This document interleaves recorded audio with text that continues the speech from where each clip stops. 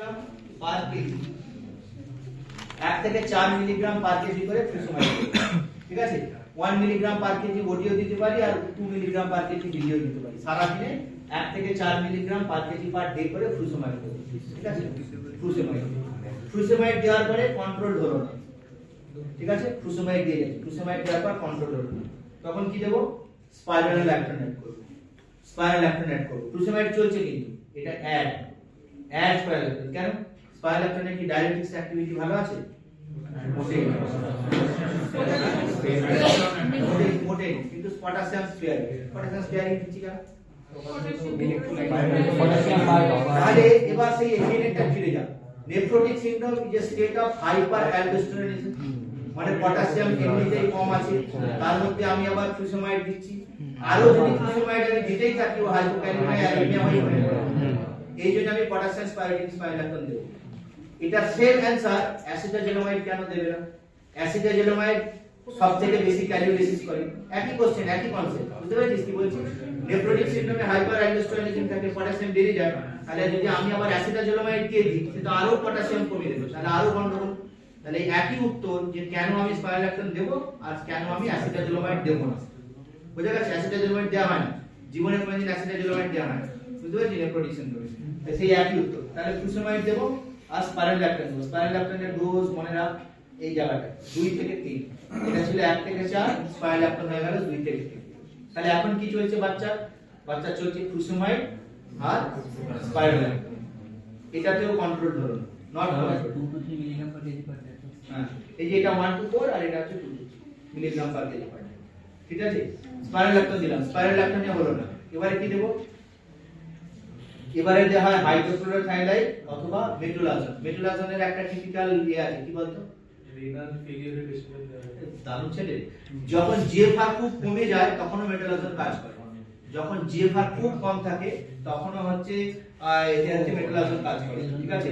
এইটা হচ্ছে 0.2 থেকে 0.4 আর এটা হচ্ছে 0.1 থেকে 0.2 হাইড্রোক্লোরোথায়োলাইড। এই ডোজটা তুই মনে নাও রাখতে পারিস, ব্রেনকে কষ্ট দিয়ে লাভ নেই আপাতত, ঠিক আছে। এটা কষ্ট দিয়ে আর লিখতে পারিস। এটা যদি আমি পাই, যদি কাগজ পাই আমি দিয়ে দেব, ডেফিনেশনটা তো দেব, এটা দিয়ে দেব। হাইড্রোক্লোরোথায়োলাইড অথবা মেট্রোলাজোন দিলাম, এতেও হলো না। এবারে আমি আইভি ফুসমাইড দেব। আইভি ফুসমাইডের ডোজ কত? এই যে এখানটা চলে যায় 1 থেকে 2 milligram per KG, 1 milligram per KG করে, 1 মিলিগ্রাম পার কেজি করে স্ট্যাট এন্ড বিডি, মানে দিনে দুবার দিতে পারি, অথবা 0.1, এই যে এখানে যা লিখেছিলাম ওই রকম কাছাকাছি, তো 0.1 থেকে 0.4 milligram per KG per hour IV infusion. আরেকবার বলি আমি, moderate to severe edema wage criteria দিয়ে আমরা জানি 7% এর বেশি, 8 থেকে 15 এর উপরে। সেখানে প্রথমে দিলাম ফুসমাইডে হচ্ছে না, অ্যাড স্পাইরালাক্টন সেটাতে হচ্ছে না, হাইড্রোক্লোরোথায়োলাইড অর মেট্রোলাজোন তাতে হচ্ছে না, ফুসমাইড আইভি আমি দুটোই দিতে পারি, স্ট্যাট এন্ড বিডি ডোজও দিতে পারি, যদি ভালো সেটআপ হয় ইনফিউশনে দেব। এতেও হলো না মানে কি এডিমা তাতে রয়ে গেছে, তখন আমি অ্যালবুমিন দেব। কত করে অ্যালবুমিন দেব? এই যে যেটা আগে ডোজ বলেছি 20% albumin 0.5 to 1 gram per KG over 4 hours বললে হবে না। এটুকু বলার পরে তোমাকে বলতে হবে যে 1 milligram per kg frusemide at the end of albumin. Albumin দেওয়ার পরে দিতে হবে। এবার আমি প্রশ্ন করি, তুই যা এতটা পড়ে নি, আমি তোকে এবার জিজ্ঞেস করব যে তুমি এই অ্যালবুমিন দিয়ে ল্যাসিড না দিলে কি হবে? অ্যালবুমিন দিলে ল্যাসিড দিলে না কি হবে? আমি পেশেন্ট দেখেছি, জানিস তো, পেশেন্ট দেখেছি মুড়ি খাচ্ছে, আউটডোরে ওখানে চলে গেল, এমডি পিজি আমি তখন ফার্স্ট ইয়ার করে, পেশেন্ট খাচ্ছে বসে ডেথ হয়ে গেল, উড়ুর করে নাক দিয়ে মুখ দিয়ে রক্ত বেরিয়ে ডেথ হয়ে গেল। তুই বাড়ির লোকে কি বলবি? কোনো এক্সপ্লেনেশন দেওয়ার নেই, চোখের সামনে দেখি মুড়ি খাচ্ছে বসে। নেফ্রোটিক সিনড্রোমের বাচ্চা এরকম ফুলের ঢোল হয়ে আছে, মুড়ি খাচ্ছে, মুড়ি খেতে উড়ুর করে ব্লিডিং শুরু হলে মরে গেল। আমি পাশের রুমে বসে আছি, ওখান থেকে যতক্ষণে গেলাম যে আর কিছু করতে পারলাম না। কিসের জন্য হলো? ওই একই কারণে উল্টোটা। সেটা হচ্ছে ওকে পর এত এডিমা রেজিস্ট্যান্ট নেফ্রোটিক সিনড্রোম, ও অ্যালবুমিন ছাড়া কিছুতে রেসপন্ড করছে না। ওকে অ্যালবুমিন দিয়ে সবাই কি ভাবে, তোর আমার দিনটাকে কেটে যাক, কোন রকম এত খোলা কষ্ট পাচ্ছে, রেসপিরেটরি ডিস্ট্রেস হচ্ছে, কোথায় মরে যাবে, যে একটা অ্যালবুমিন চালিয়ে দিই। তারপরে দেখছি ও লাস্ট 7 দিন ধরে অ্যালবুমিন পাচ্ছে। এই যে তুই অ্যালবুমিন দিচ্ছিস, অ্যালবুমিন দিলে কি হবে? অ্যালবুমিন যদি তাড়াতাড়ি চাই, যে বারবার ওভার 4 আওয়ার্স বলছি, অ্যালবুমিন যদি তাড়াতাড়ি দিয়ে দিস, তাহলে ভেসেলের মধ্যে যদি অ্যালবুমিন দিয়ে দিস, অঙ্কটিক প্রেসার চলে যাবে, আশেপাশে যা জল ছিল সেটা নিয়ে চলে আসবে, সেই জলটা যদি আমি ল্যাসিংতে বার করে না দিই পারমানেন্ট ইডিমা হয়ে মরে যাবো। বুঝতে পেরেছিস?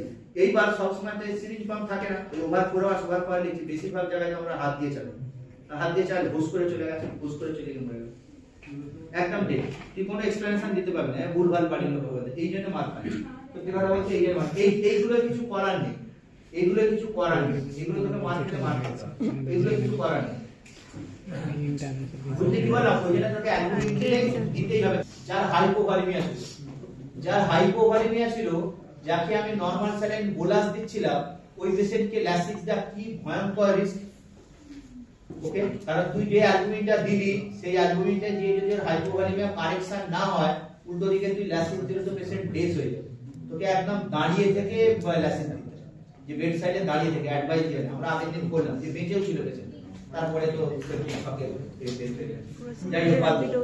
এখানে গেল, এখানে অ্যালবুমিন পরে 1 milligram per KG, 1 milligram per KG করে তখন আর বাচ্চা, তখন আর 4 নয়, কিন্তু তখন আর 4 নয়, তখন 1 মিলিগ্রাম পার কেজি স্ট্যাট, ওটা পার ডে করে, মানে দুবার পাবে তিনবার পাবে না। অ্যালবুমিন দিলাম 1 মিলিগ্রাম পার কেজি স্ট্যাট, এটা তোকে রোজ করতে হবে, ইন্টার্নশিপটা প্রতিদিন করতে হবে। এই অ্যালবুমিনের ওষুধটা প্রতিদিন।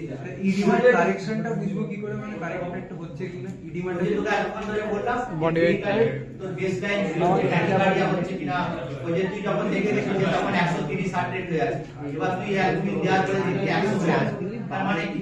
তার মানে তোর ভলিউম কারেকশন ইন্ডেক্স আমরা সারা আর একটা খুব ভালো জিনিস আছে, পরে কোনদিন বলবো ডেঙ্গু পড়া। আচ্ছা আমাকে এই প্রসঙ্গে একটা কথা বলতো, ডেঙ্গু পড়েছিস কি? ডেঙ্গু তো পড়েছিস, ডেঙ্গু পড়া দরকার, ডেঙ্গু পড়া দরকার। আমাকে শুধু একটা কথা বল, যে একটা ডেঙ্গু পেশেন্ট পড়া দরকার নেই, কমন সেন্স অ্যাপ্লাই কর। ডেঙ্গুতে বাংলা কথা হচ্ছে ডেঙ্গু, ধরে নিলাম, এটা সত্যি কথা নয় কিন্তু লিখি বললাম। যার ডেঙ্গু পেশেন্টে এইখান থেকে একটা ফেজ আছে যখন প্লাজমা লিকেজ হয়, তাহলে প্লাজমা লিকেজ হলো, প্লাজমা লিকেজ হলে এখানে যখন কি ইন্টার্নশিপ দেখবি প্রতিদিন আমরা দুবার করে ডেঙ্গু পেশেন্টের প্লেটলেট আর হিমাটোক্রিট পাঠাই, এটা গভর্নমেন্ট প্রোটোকল, যে প্রতিদিন সকালে আর সন্ধ্যে তোমাকে হিমাটোক্রিটটা পাঠাতে হবে। তাহলে তুই দেখছিস যে একটা ডেঙ্গু পেশেন্ট আছে, যে পেশেন্টটার আইভি ফ্লুইড চলছে, খুবই খারাপ অবস্থা, শকে আছে, সকালবেলা যা ছিল তারপরের দিন সন্ধ্যা রাত্রিবেলা দেখছিস যে তোর হিমাটোক্রিট 10 বেড়ে গেছে। এর মানে কি? এর মানে হিমাটোক্রিট বেড়ে গেছে মানে হিমো কনসেন্ট্রেশন তো হচ্ছে, তাকেই তো বাংলা হিমাটোক্রিট বেড়ে যাবে, মানে পেশেন্টটাকে আর জল দেবো কি দেবো না? দিব। তাহলে এই বস্তু কথা আছে, আমাকে বেশি জল দিতে হবে, কারণ জলটা বেরিয়ে গেছে বাইরে, সেই জন্য এখানে হিমাটোক্রিট বেড়ে গেছে, তাই তো? হিমাটোক্রিট বেড়ে গেছে, তাহলে এখানে আমি বেশি বেশি করে আইভি ফ্লুইড দেবো।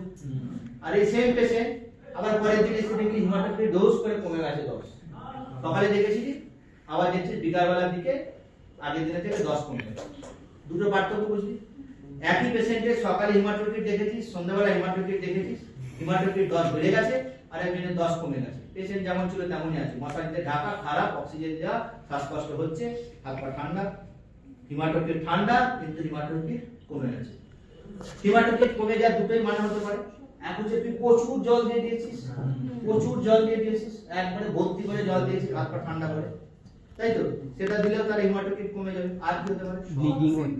আর একটা হচ্ছে কোনো একটা জায়গায় ব্লাড লস হচ্ছে, প্লেটলেটটা কাউন্ট কম থাকে ডেঙ্গুতে, কোনো একটা জায়গায় ব্লাড লস হচ্ছে, মাথায় লস হতে পারে, সেই জন্য সে চুপ করে শুয়ে পড়ে আছে, মশারি ঢেকে, কেউ দেখছে না, ঠান্ডা পড়ে আছে। পেটে লস হতে পারে, পেটে ব্যথা বলে কাঁদছে, কেউ খেয়াল করলাম না, একটা ডটিন দিয়ে চলে এলো, এসব দিয়ে হতে পারে। বিপি মাপার মেশিন খারাপ, তাই আমি বিপি বুঝতে পারবো না। তাহলে আমি কি করে ডিফারেন্সিয়েট করব যে এই পেশেন্টের হিমাটোক্রিট যে কমেছে সেটা ব্লাড লস হচ্ছে নাকি আমি জল বেশি দিয়েছি?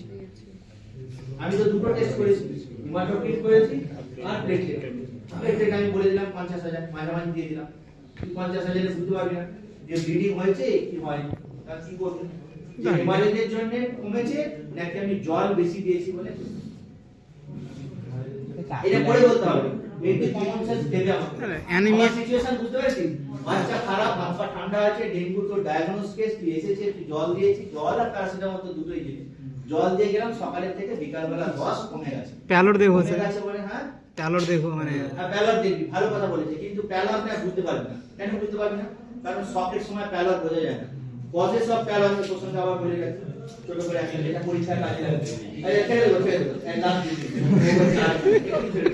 কজেস অফ প্যারালাল লিখতে পারবো ফাইনালি সব ফাইভ এটা সবার 5 মানে ও কি বললা ফাইব্রোসিস না মানে ফাইব্রোসিস না অ্যানিমিয়া কজ হচ্ছে একটা হচ্ছে হিমোগ্লোবিন কম তাই লাল কম লাল লাগছে হিমোগ্লোবিন কম আর একটা সব মানে ওখানে যাচ্ছেই না আর একটা হচ্ছে ইডিমা চামড়াটা ওখানে জল দিয়ে দিয়েছি জলের ভিতর দিয়ে দিয়েছি ঠিক আছে যদি সবে থাকে সব লোককে প্যারাল তাহলে কি বুঝতে পারবে নেফ্রোটিক সিনড্রোমের পেশেন্টের ক্ষেত্রে এটা বোঝা খুব মুশকিল যাই তুই তাহলে আমাকে কি করে বুঝবি আমাকে বল যে এই পেশেন্টটা ফ্লুইড ওভারলোড হয়ে আছে না এই করা তা আমি একটু বলে আমি বলে তা বুঝিয়ে দিচ্ছি অনেক কিছু প্রশ্ন জিজ্ঞেস করে যেহেতু আমি আরেকবার রিপিট হিমোগ্লোবিন পাঠিয়ে নেব পুরো সিবিসিটা আমি আরেকবার দেখে নেব দিলে আমি বলতে পারবো হিমোগ্লোবিন কত আছে প্লেটলেট কাউন্ট কমেছে কিনা ইউএসজি করে ফেলবো এইসব তো অন্য কথা এই সিম্পল মেথড ও যেটা বললো বলে আমি বললাম এখানে কি একটা জিজ্ঞেস করে বলে বাচ্চাটাকে তুই আমি পাটা উপরে তুলে দেবো এই যে শুয়ে আছে বাচ্চাটা পাটা উপরে তুলে দেবো পাটা উপরে তুলে দিলে কি হবে এই জলটা আরো বেশি এদিকে আসবে এটা যে পা উপরে তুলে দিই তাহলে এই জলটা এদিকে বেশি আসবে তাহলে যদি আমার ওভারলোড থাকে তাহলে পেশেন্টের হার্ট রেট আরো খারাপ দিকে যাবে ডিস্টেন্স বাড়বে আরো ট্যাকিকার্ডি হবে আর যদি পেশেন্টটা এখনো হাইপোভলিমিক হয়ে থাকে তার পেশেন্টের লিঙ্ক বুঝতে পেরেছিস আমি কি বলছি একটা পেশেন্ট ফুলে আছে যার ফুলে আছে অথচ হাইপোভলিমিয়া আছে যার শরীরে জল কম আছে তার যদি আমি পাটা তুলে দিই তাহলে এই জলটা তো আমার এখানে আসবে তাহলে এই জলটা এলে কি হবে আমার এফেক্টিভ সার্কুলেশন আর একটু বাড়বে তাহলে এফেক্টিভ সার্কুলেশন বাড়ে মানে কি heart rate will be towards normal heart rate towards normal যাবে আর যে ওভারলোড হয়ে আছে সে আরো খারাপ দিকে যাবে বুঝতে পারলাম আমি কিছু বলেছি অনেক কিছু উত্তর আছে এটা একটা গ্রস জিনিস আরো অনেক কিছু উত্তর আছে বেজার টেস্ট দেখবি মুক্ত মুখ দেখবি কিন্তু বেসিক্যালি বাচ্চাদের মুশকিল হচ্ছে ওই সাটেল তোকে ধরতে হয় কারণ কাঁদবে বুঝতে পারবি না যাই হোক আর কিছু বলবো না আর কিছু পরের দিন আমি আবার বলবো তাহলে আমরা নেফ্রোটিক সিনড্রোমের 11টা ডেফিনেশন পড়েছি আর হচ্ছে ইডিমা পড়েছি ইডিমা এবার বাকিটা বাদ দিন 12 দিন করব এবার আমরা দুটো জিজ্ঞেস করব বললাম causes of diabetes and nephrotic syndrome large edema तो ওরা কিন্তু রেডি আছে তো গুড করবে लार्ज में सीवियर इडिमा